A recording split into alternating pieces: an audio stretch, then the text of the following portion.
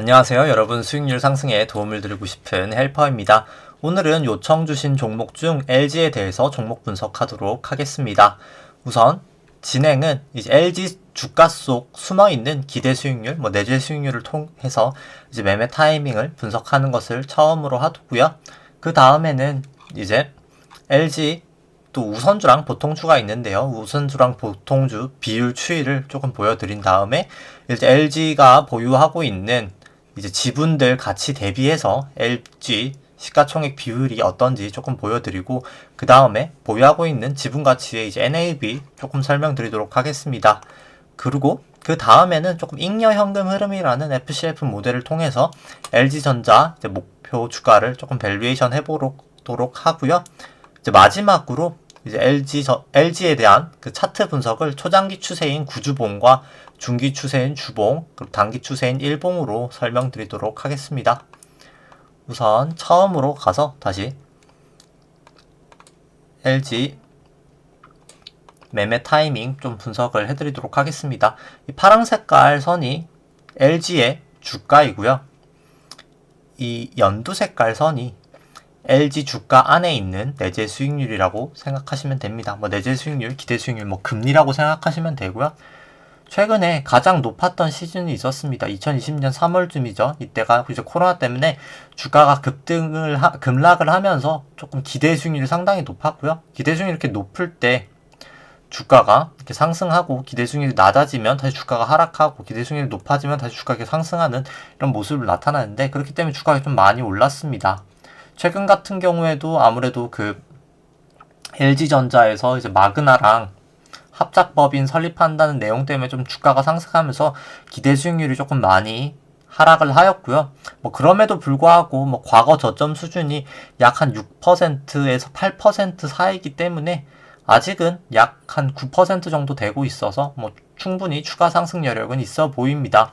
이 보라색 선 같은 경우에는 이 연두 색깔 기대 수익률을 국고채 10년 금리로 나눈 것이고요. 이제 보통 연방준비은행에서 많이 사용한다고 해서 페드 모형이라고 불립니다. 쉽게 말해서 이 연두 색깔 선을 에서 이제 금리를 조정한 선이라고 생각하시면 되고요. 과거 대비해서 현재 금리가 상당히 저금리이기 때문에 과거 대비해서는 충분히 추가 상승 여력이 있다고 판단이 됩니다. 그 다음에는 이제 우선주랑 조금 보통주 비율 설명해드리면 지금 한 71% 정도 됩니다. 보통 삼성전자는 지금 90%까지 되고 있고요. 70% 정도면 그냥 괜찮은 수준이라고는 생각을 합니다. 이 정도면 보통주나 우선주 어떤 걸 투자하셔도 크게는 상관없을 것 같고요.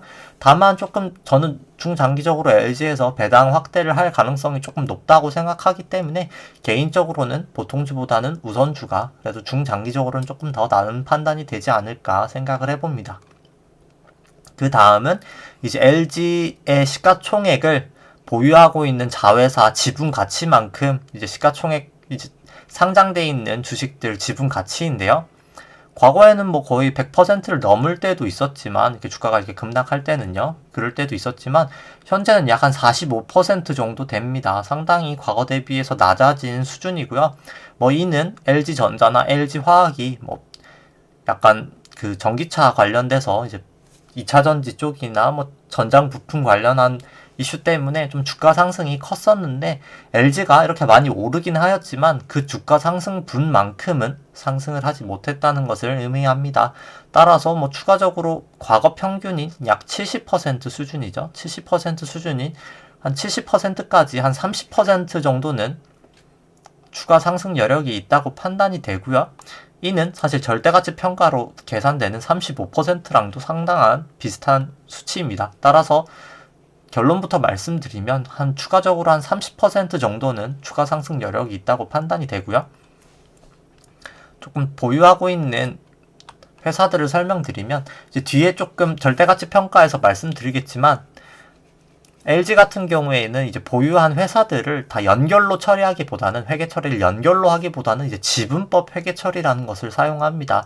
조금 복잡하실 수도 있을 것 같은데 말씀을 드리면, 연결 회계 처리라는 것은 예를 들어서 LG 화학 하나를 들고 있다고 생각해보죠. LG 화학 하나를 들고 있다고 생각해보면 연결 처리를 하면 이제 LG 화학 매출액이 여기다 전부 다 잡히게 됩니다. 근데 지금 LG 같은 경우는 올해 매출이 한 7조밖에 나오지 않죠? 이게 7조밖에 이렇게 작게 나오는 게 이 자회사들에 대한 매출이 100% 다 잡히는 게 아니라 그냥 자회사에서 배당을 받는 금액만 그냥 수익으로 지금 잡히고 있다고 생각하시면 됩니다. 따라서 그냥 이게 지분법인데요. 조금 복잡할 수 있어서 그냥 바로 그냥 생략을 하도록 하겠습니다. 따라서 그냥 이제 배당을 받는 금액만 매출에서 잡고 있다라고 그냥 간단하게 생각하시면 될 것 같고요. 그냥 보유하고 있는 지분 가치를 생각해보면 LG화학이 한 21조 정도, 52% 동사에서 아주 매우 큰 부분을 차지합니다. LG화학이 가장 크고요. 뭐 잘 아시다시피 화학도 하고요. 국내에서 화학 한 1, 2위 정도 되고요. 롯데케미칼과 이제 어떤 부분으로 보냐에 따라서 1, 2위를 다투고 있고요.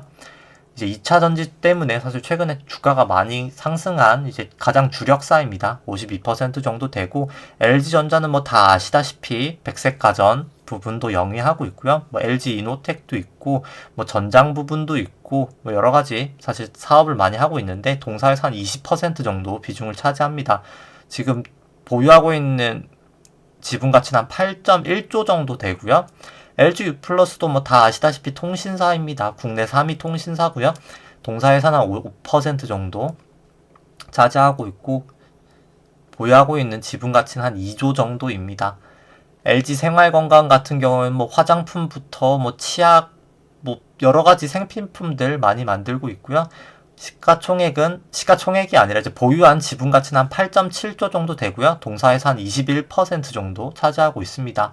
그리고 이제 조금 말씀드릴 게 있는데요. 이 보이시는 이 조그만한 회사들 LG상사나 LG하우시스, 실리콘웍스 같은 경우에는 이제 인적 분할이 되게 됩니다. 조금 IBK에서 작성한 리포트를 보면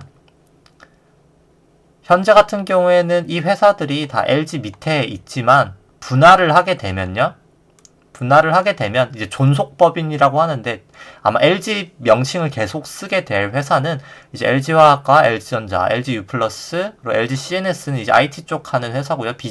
비상장사입니다. 그리고 LG생활건강을 이렇게 보유하게 되고요.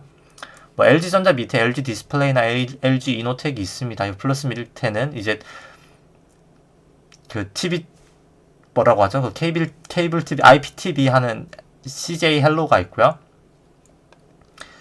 그리고 이 밑에 이제 LG 헬로로 바뀌었죠. 네. 이제 새로 분할되는 이제 인적 분할되는 사실 회사는 이제 LG 신설 지주인데 아직 이름까지 정해지지는 않았고요. LG 상사랑 LG 하우식스 그리고 이제 실리콘웍스 그리고 LG MMA 이렇게 이루어지게 됩니다. 다만 여기도 리포트에도 사실 나와 있지만 신설 법인 자체가 규모가 정말 크지 않습니다. 거의 한 9% 정도 되고요. 따라서 분할이 되는 날짜가 이제 2021년 5월 1일 날 이제 분할 기일인데 그때 이제 지금 뭐 LG를 보유하고 있는 이제 주주분들이라면 이제 대충 그냥 계산을 하면 뭐 100주를 가지고 계신 분이라고 생각하면요. 이제 LG 주식을 91주 정도 받게 되실 거고요. 그리고 LG 신설 주식을 아마 8주 정도 받게 되실 거라고 생각이 됩니다. 따라서 두 주식을 다 가지게 되는 셈이고요.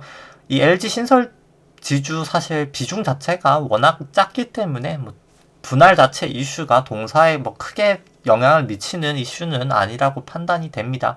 오히려 이제 중장기적으로는 아무래도 어떻게 생각하면 두 주인이 있었다가 주인들이 이제 각자 회사를 가져가게 되는 거기 때문에 조금 뭐 배당 확대나 이런 부분에 대해서는 더 긍정적일 수는 있다고 판단을 합니다.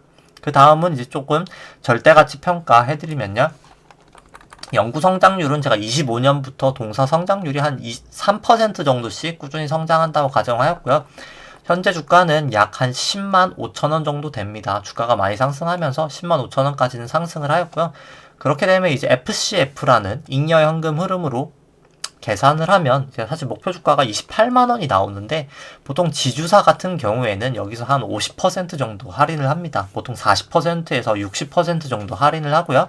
동사 같은 경우는 제가 이제 50% 할인율을 가정했을 때 목표 주가는 약 14만 원 정도가 나오면서 35% 정도 추가 상승 여력이 있다고 나옵니다. 아까 보여드렸던 이 지분 가치가 한 70%가 과거의 평균이었었는데 현재가 45%라고 말씀드렸는데 그 45%가 뭐 한 75%까지 가면 한 30%듯이 한 30% 절대가치 평가나 이 지분 가치로 판단했을 때나 한 30% 정도는 추가 상승 여력이 있다고 판단이 됩니다. 그 다음에 조금 이 잉여 현금 흐름을 어떻게 구하는지 조금 설명을 드리면, 이 잉여 현금 흐름 모델이란 영업 현금 흐름에서 캐펙스 금액을 차감한 이 잉여 현금 흐름을 통해서 구하게 됩니다. 그럼 영업 현금 흐름이란 이제 회사가 영업을 통해 벌어들인 돈인데요.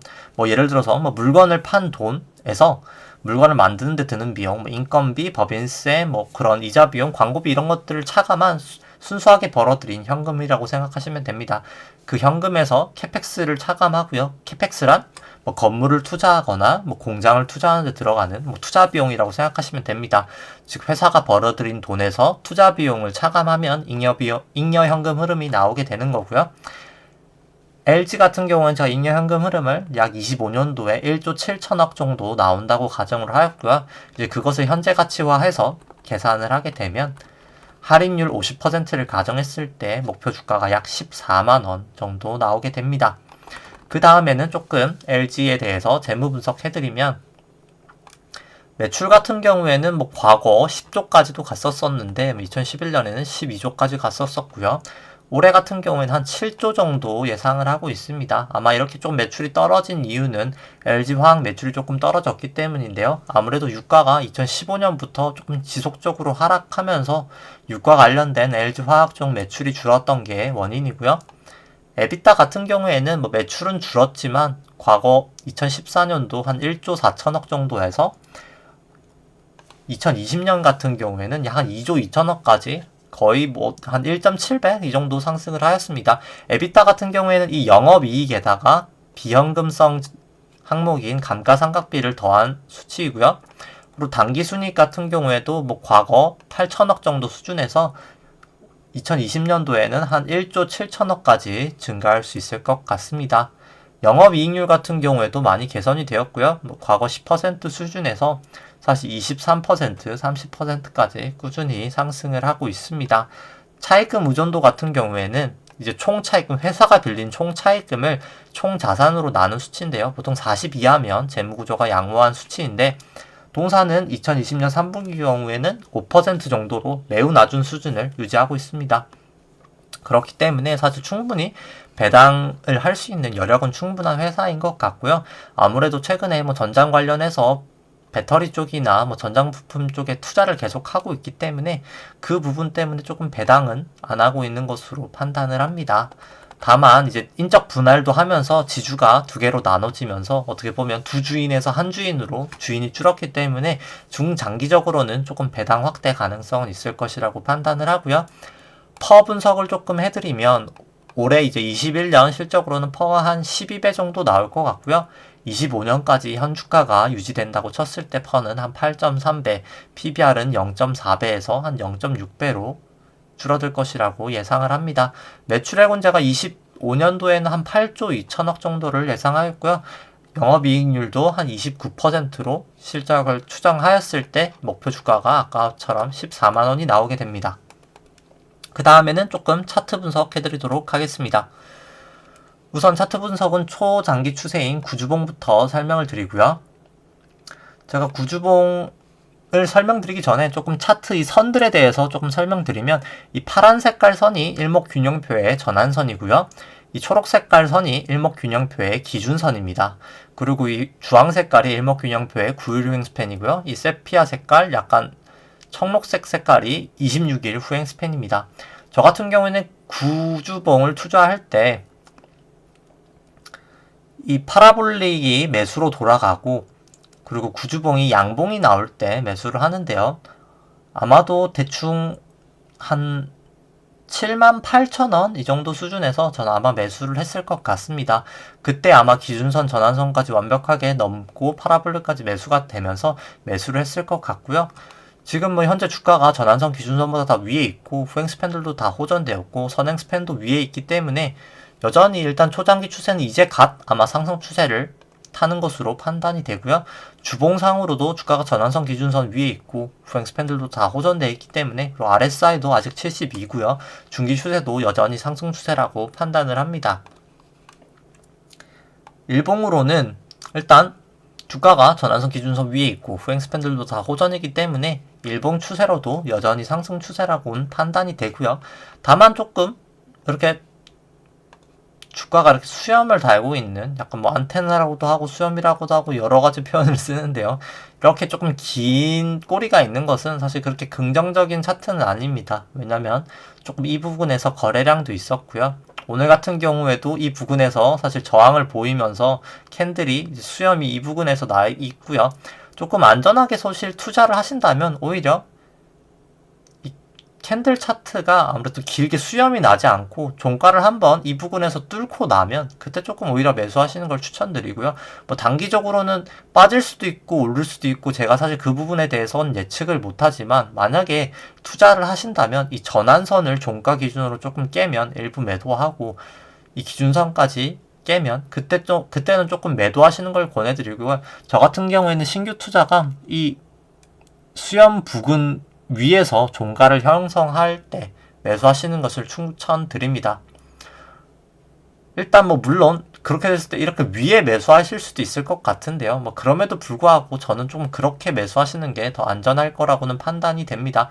일단 뭐 매수를 하시든 매수를 안 하시든 둘 다 사실 가능한 차트 모양에서 제가 말씀드리기가 조금 애매한 부분이 있는데 매수를 하신다면 꼭 전환선을 깨시고 나면 조금 매도한다는 마음으로 조금 방망이를 짧게 잡고 매수하시는 것을 추천드립니다.